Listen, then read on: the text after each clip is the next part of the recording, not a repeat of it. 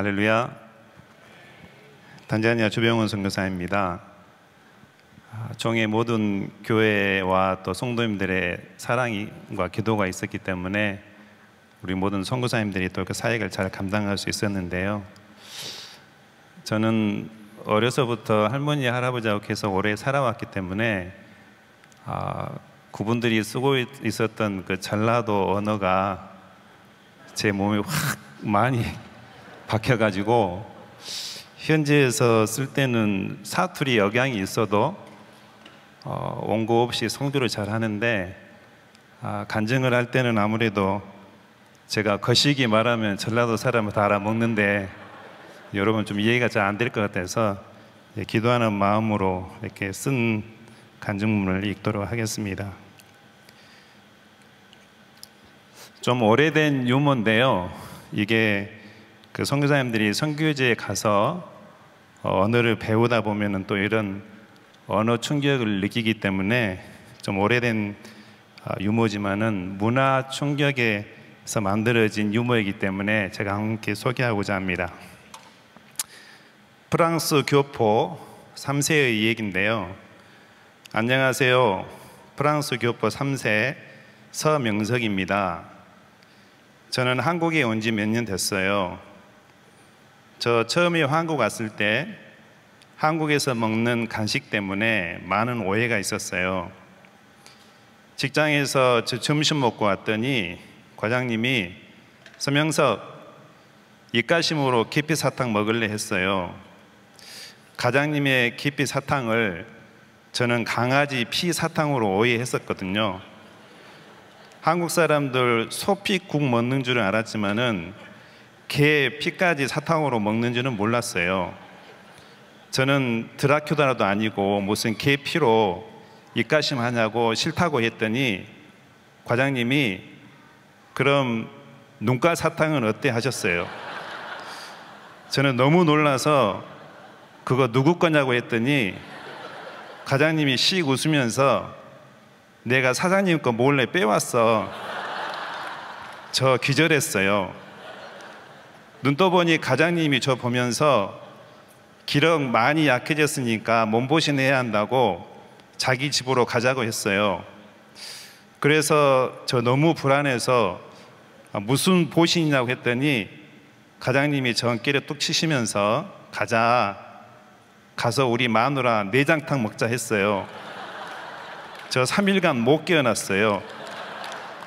식당 간판 보고 더 놀랐어요. 할머니 뺐다고 해장국. 할머니 뺐다고 미칠 뻔했어요. 근데 이거 보고 완전 돌아버렸어요. 할머니 산채 비빔밥.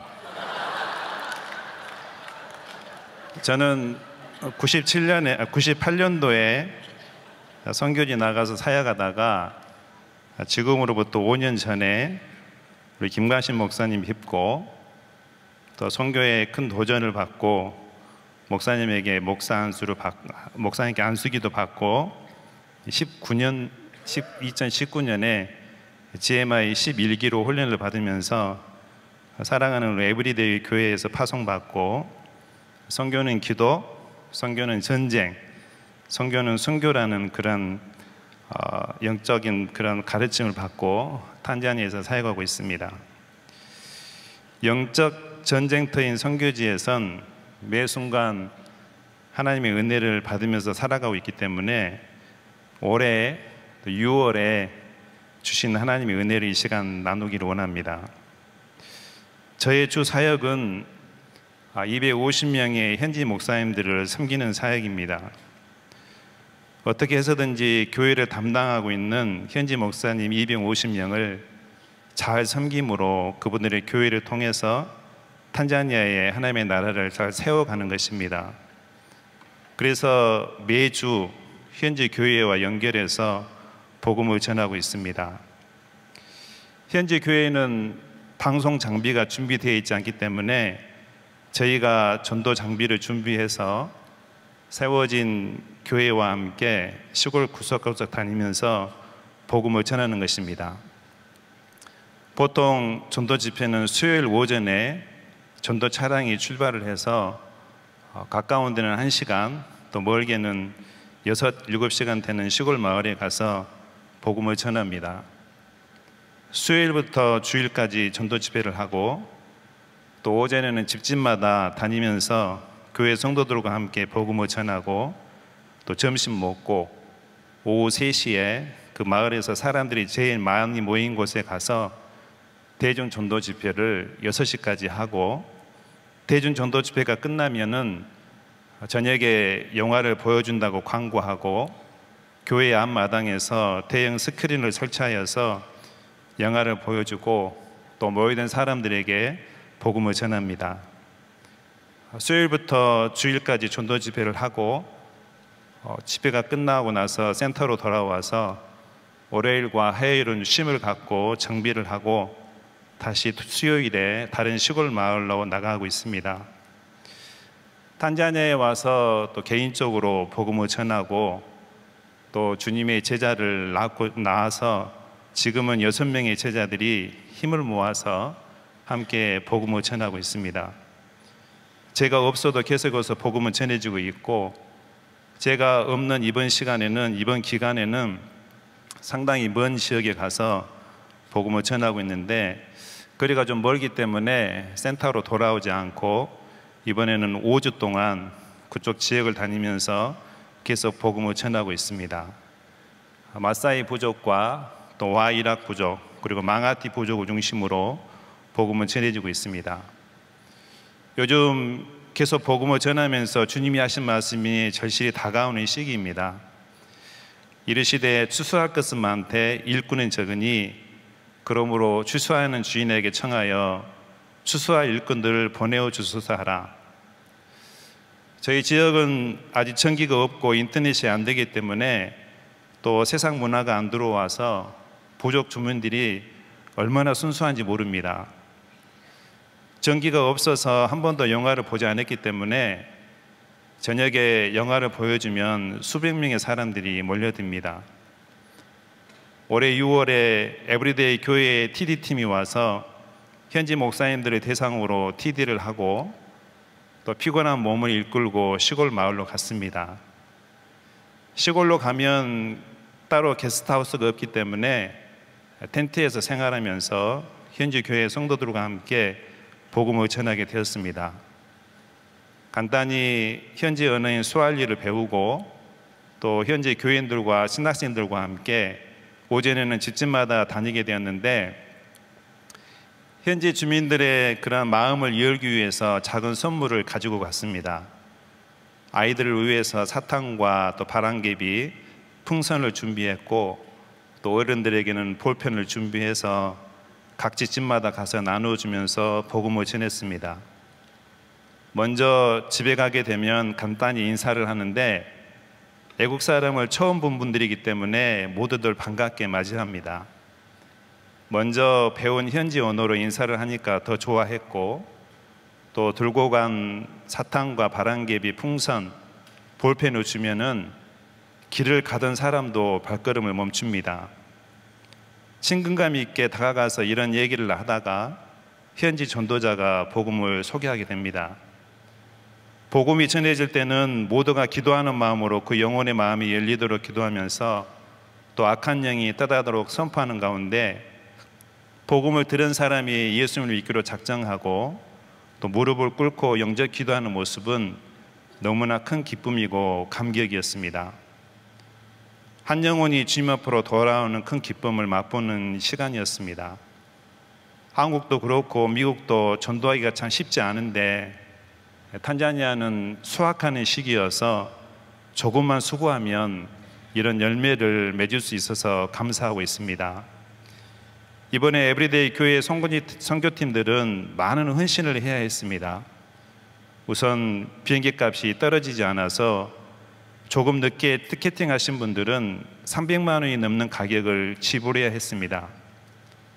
현지 목사님과 사모님들을 섬기는 TD 일정과 또 전도 일정까지 소화해야 해서 시간적인 헌신도 필요했습니다. 시골에서는 텐트로 생활하는 불편함도 있었고, 또 집집마다 다닐 때에는 뜨거운 태압 밑에 먼지를 이겨내며 나아가야 하는 헌신이 필요했습니다.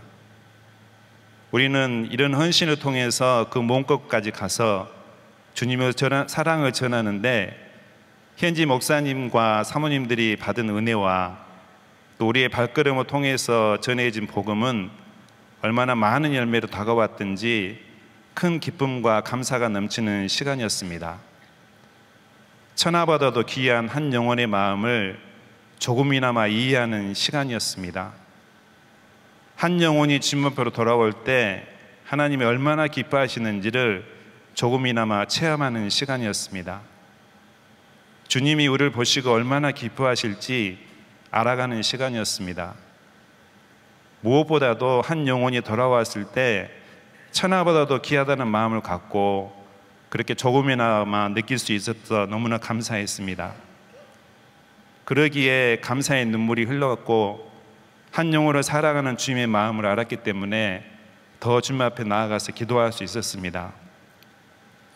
요즘도 계속 전도 나가서 저녁마다 영화를 틀어주는데, 마을 사람들은 처음 보는 영화지만 저에게는 수백 번, 수천 번을 보여주는 영화지만은 참 감사한 것은 한 번도 지루하게 여기지 않고 매번 보여줄 때마다 처음 보는 사람들처럼 매일 새로운 마음을 갖게 하신 하나님께 감사를 드립니다.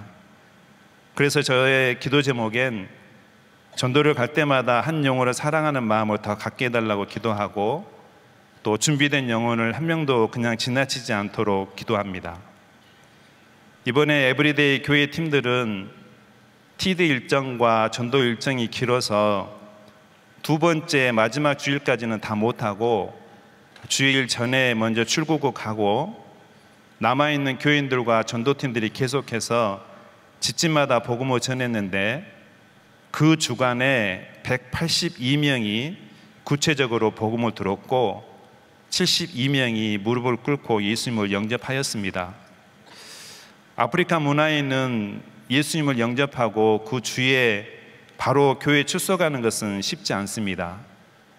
그 이유는 처음 교회 갈 때에는 깨끗한 옷, 깨끗한 신발을 준비해서 교회에 가야 하는 전통이 있다 보니까 그 주에 바로 교회에 나오지 못하기 때문에 영접하신 분들 이름을 다 적어서 매주 교회에서 관리를 하는데, 그 주에는 7명이나 교회에 바로 새롭게 등록을 하였습니다. 코로나 기간에 초창기 때는 바이러스가 번지면서 많은 사람들이 죽어갔기 때문에 3개월 동안은 복음을 전하지 못했습니다. 3개월 동안 정부가 대중 전도 집회를 허락을 안 해줬기 때문입니다. 그런데 탄자니아 정부가 코로나를 그렇게 심각하게 보지 않아서 다른 나라에 비해서 탄자니아는 일찍 학교 문을 열고 3개월 이후부터는 정부에서 허락을 해줘서 복음을 전할 수 있었습니다. 그때 깨달은 것은 복음을 전하고 싶어도 환경이 안 되면은 전하고 싶어도 못 전할 수도 있구나. 기회가 주어졌을 때 더 힘차게 복음을 전해야 되겠다고 마음을 먹고 지금은 매주 5일씩은 전도를 나가고 있습니다. 올해도 12월까지 매주 전도 집회 일정이 꽉 잡혀 있습니다. 조금만 수고하면 수많은 사람들이 복음을 듣고 주님 앞으로 나오기 때문에 더 힘써 복음을 전하고 있습니다. 함께하는 스태프들에게 7년만 더 힘써 보자고 했습니다. 전기가 들어오면 영화 보여준다고 해도 안 올 것이 뻔하기 때문에 그래서 매주 열심히 복음을 전하고 있습니다. 250개에 세워져 있는 교회를 중심으로 복음을 전하고, 복음을 듣고 믿기로 작정한 사람들은 이름을 적어서 교회에서 관리하고 양육하고 있습니다. 이번 선교대회에 오기 전에는 환경 때문인지 이빨에 염증이 생겨서 전도 기간에 제대로 치료를 못해서 어금니 하나를 빼고 왔습니다. 염증이 너무 심해서 어금니가 너무 많이 흔들렸기 때문에 식사하기도 힘들어서 큰 도시로 나가서 치과 치료를 받았는데, 현지 치과 의사가 엑스레이를 찍어보더니 뼈까지 염증이 번져 있으니까 어금니 2개를 빼야 한다고 했습니다. 한꺼번에 2개를 빼버리면은 복근은 살아야 하는데, 그리고 선교회 대회에 참석해서 LA 갈비도 실컷 먹고 힘을 내야 하는데 한쪽이 너무 헝할 것 같아서 우선 하나만 빼달라고 해서 하나를 빼고 집에 돌아와서는 이빨에 안수기도 하면서 다른 하나는 빼지 않게 해달라고 간절히 기도하면서 소금물로 가골도 잘해서 오기 전에 저번 주에 치과에 들려왔는데 다행히 염증이 많이 가라앉아서 다른 하나는 지금 빼지 않아도 된다고 해서 얼마나 주님께 감사했는지 모릅니다. 2시간 동안 차를 타고 집으로 돌아가면서 더 기도를 빡세게 해서 하나도 안 빼게 해달라고 기도할 건데 여전히 믿음 없는 더 저의 모습을 보게 되었습니다. 수많은 영혼이 복음을 듣고 돌아오는데 사실 이빨 하나 빼주는 게 그리 큰 문제겠습니까? 큰 상급을 위해서 더 부족한 저희를 써주신 하나님께 감사할 뿐입니다.